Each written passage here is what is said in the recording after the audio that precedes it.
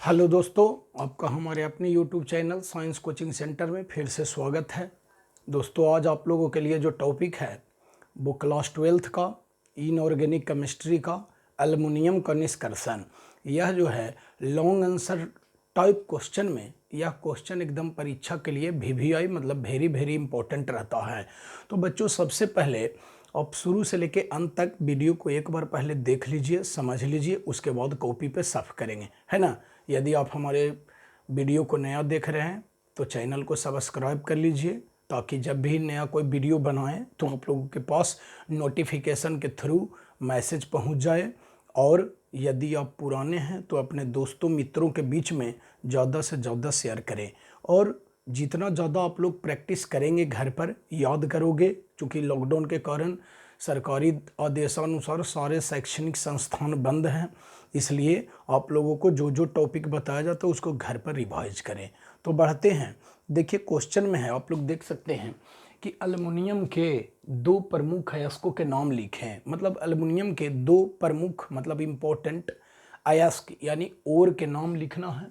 और एल्युमिनियम का निष्कर्षण कैसे किया जाता है, ये 5 नंबर का लॉन्ग आंसर टाइप क्वेश्चन है।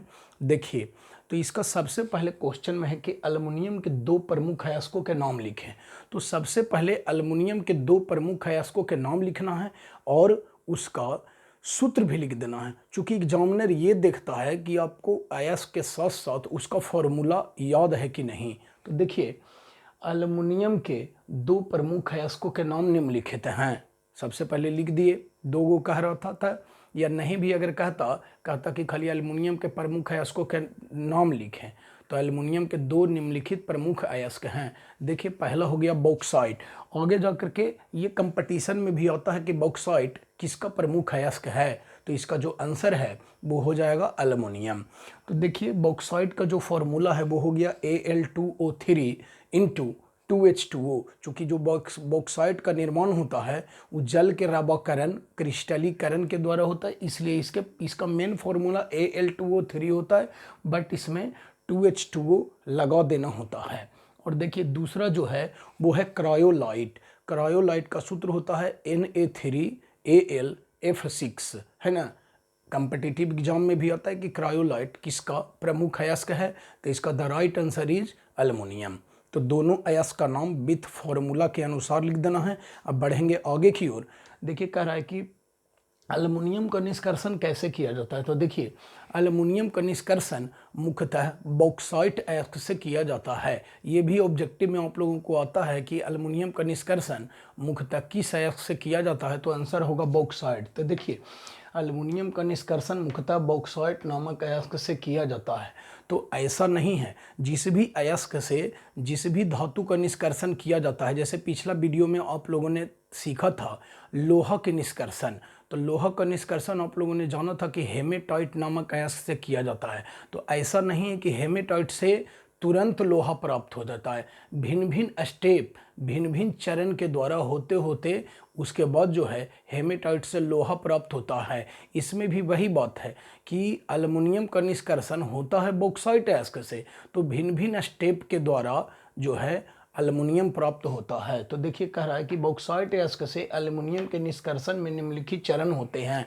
चरण मीन्स हो गया स्टेप, यानी कौन कौन से स्टेप करने के बाद हमें बॉक्साइट अयस्क से एल्युमिनियम प्राप्त होता है। तो निम्नलिखित चरण होते हैं। देखिए, पहला नंबर में है शुद्ध एल्यूमिना का उत्पादन, यानी सबसे पहले हमें एल्यूमिना जो है शुद्ध रूप में यानी प्योर मात्रा में प्राप्त करना है, यानी उसमें कुछ अशुद्धियां वगैरह अगर मिली रहती है तो शुद्ध रूप में प्राप्त करना है। इसके लिए देखिए क्या करते हैं। तो देखिए, बॉक्साइट अयस्क से अशुद्धियों को बाहर निकालना अत्यंत आवश्यक है, क्योंकि जब तक के अयस्क में उपस्थित जो अशुद्धियां होती हैं जिसे गैंग कहा जाता है, जब तक के वो अयस्क में मिक्स रहेगा तब तक के हमें अच्छे तरह से वह धातु प्राप्त नहीं हो सकता है। इसलिए कहा गया है कि बॉक्साइट अयस्क से अशुद्धियों को बाहर निकालना अत्यंत आवश्यक है। इसके लिए बायर की औद्र विधि का प्रयोग किया जाता है, यानी कि बॉक्साइट एस्क में जो अशुद्धियां हैं उसको बाहर निकालने के लिए बॉयर एक वैज्ञानिक थे, जो उन्होंने अपना ये प्रक्रम बताया कि इस प्रक्रम के द्वारा बॉक्साइट एस्क में यदि अशुद्धियां मिली हुई है तो उसे हम बाहर कर सकते हैं, आउट कर सकते हैं। तो आखिर ये बॉयर की आद्र विधि क्या है भाई? देखिए, तो बॉक्साइट के महीन चूर्ण को, देखिए बॉक्साइट के महीन चूर्ण को निस्तापित करते हैं। निस्तापित का मतलब आप लोग जानबे करते हैं, निस्तापन की क्रिया है ना, भर्जन और निस्तापन यानी कैल्सिनेशन की क्रिया करते हैं ताकि इसमें उपस्थित वाष्पशील अशुद्धियां अलग हो जाएं, यानी निस्तापन की क्रिया करते हैं। अब इसमें क्या करते हैं कि 46% यानी 46% NaOH यानी सोडियम हाइड्रोक्साइड, इसको कास्टिक सोडा भी बोलते हैं, का विलयन डाल करके इसे 473 से 573 के मतलब केल्विन ताप का SI मात्रक होता है, 473 से 573 के ताप पर एक भट्ठी में गर्म करते हैं। तो मिला लेने के बाद 46% NaOH का विलयन डाल देने के बाद इसको इतना टेम्परेचर पर एक भट्ठी में गर्म करते हैं। ऐसा करने से एल्युमिनियम ऑक्साइड घुलकर, यानी ऐसा करने से यानी भट्ठी में गर्म करने से एल्युमिनियम जो ऑक्साइड है वह घुल करके क्या बनाता है?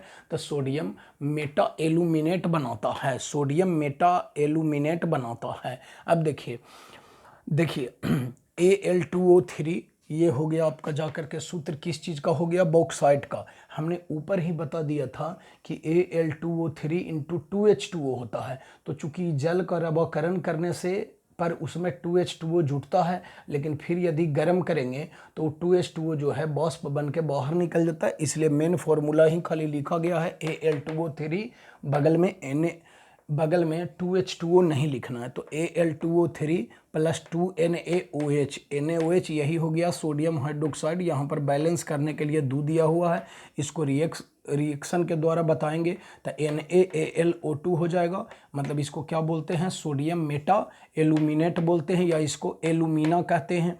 अब देखिए सोडियम मेटा एल्यूमिनेट हो गया और उसके बाद H2O हो गया। अब देखिए इसमें अविलेय अशुद्धियों को छान करके निकाल लेते हैं, यानी यह प्रक्रिया हो जाने के बाद इसमें जो अविलेय है मतलब कि जो घुला हुआ नहीं है उसको हम छान करके बाहर निकाल लेते हैं।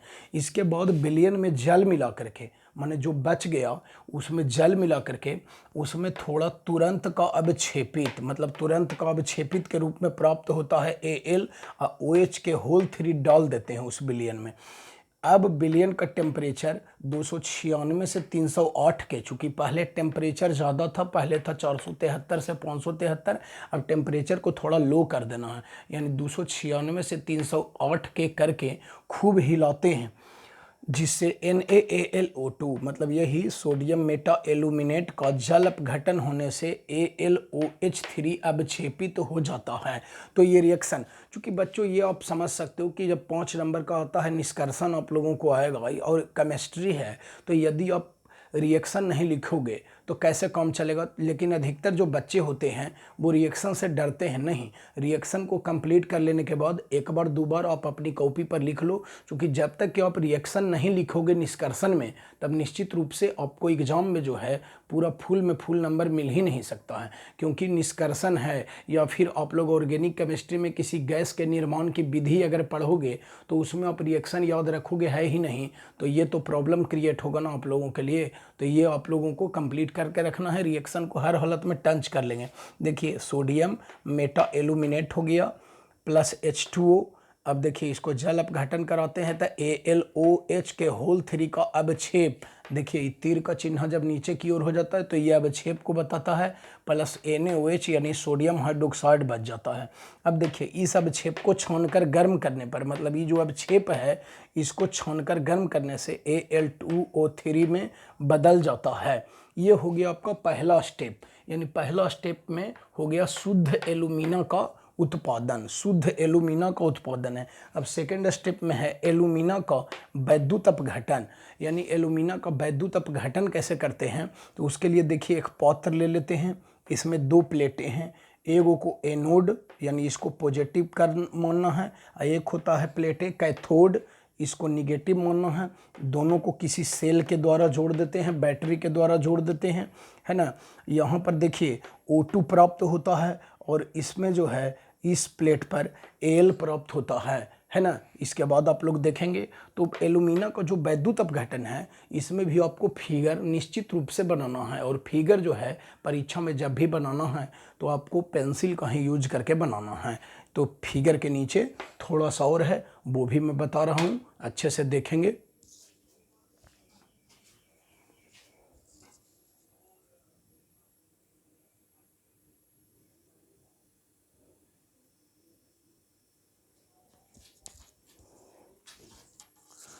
तो बच्चों आप लोगों ने उतना तक के जाना, चित्र आप लोग बना लिए होंगे। चित्र में आप लोगों को बता ही दिए कि जो एलुमिना प्राप्त होता है उसका वैद्युत अपघटन करते हैं। उसके बाद देखेंगे, उसके बाद है कि अब एलुमिना में क्रायोलाइट, यानी जो एलुमिना प्राप्त होता है उसमें क्रायोलाइट यानी ANA3AlF6 को मिला करके अब इसके मिश्रण का फिर से वैद्युत अपघटन किया जाता है। मतलब कि एलुमिना जो प्राप्त हुआ उसको वैद्युत अपघटन किया गया।